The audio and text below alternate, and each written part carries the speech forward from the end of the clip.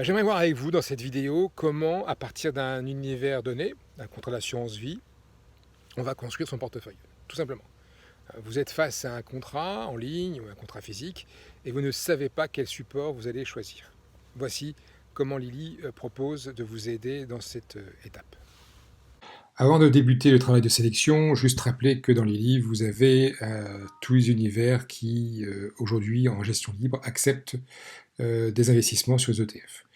On peut élargir ce périmètre, mais pour le moment, je vais vous présenter comment, sur un contrat comme Boursorama Vie, qui ici possède 39 ETF, à la date où je vous parle, on est en mesure de vous aider dans la sélection des supports. Je vais, sur la base de ce contrat, assuré par Generali, vous présenter 5 méthodes pour sélectionner des supports au sein de votre portefeuille. La première, c'est la galerie de vignettes où chaque vignette représente un instrument. Ici, 39 ETF qui sont triés selon les critères que vous allez pouvoir régler de performance, de risque, de coût, et ceci en fonction des performances passées normalisées.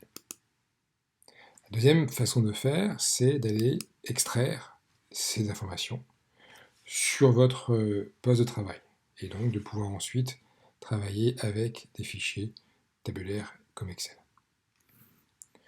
La troisième manière de procéder, c'est d'utiliser le sélecteur.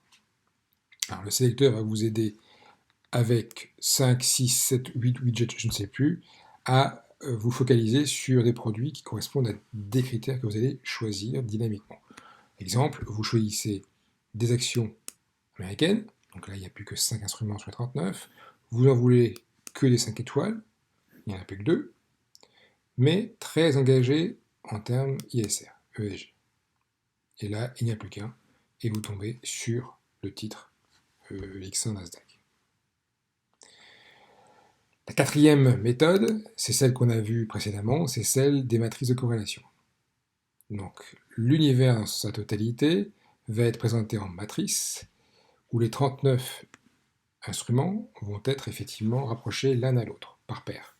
Et on va voir sur un horizon d'1 an, de 3 ans, de 5 ans, moi je vous conseille 3 ans, leur taux de corrélation.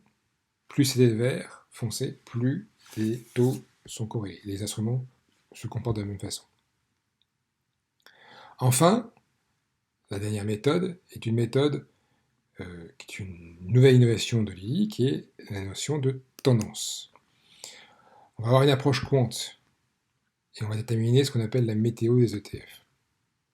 Alors, cette météo va être fonction de moyennes mobiles qui vont être calculées par le système, des moyennes mobiles simples ou exponentielles, et qui vont vous servir à voir si le titre que vous avez sélectionné est plutôt dans une tendance haussière ou baissière.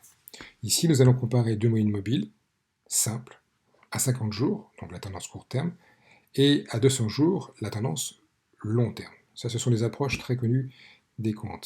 Et puis, on va vous afficher en vert ou en rouge si c'est une tendance haussière ou baissière, titre par titre. Ce titre-là, qui est Action Japon, est baissière. Ce titre, Psy et Brick, est haussière, alors que ce titre sur le MSCI World montre qu'il y a 7 jours, on est passé d'une tendance baissière à une tendance haussière. Et donc, il faut acheter. Voilà, donc tout ceci, ce sont des informations que vous recevrez par mail, si vous êtes abonné, ou ce sont des informations que vous pourrez utiliser si vous avez pris Lily en marque blanche.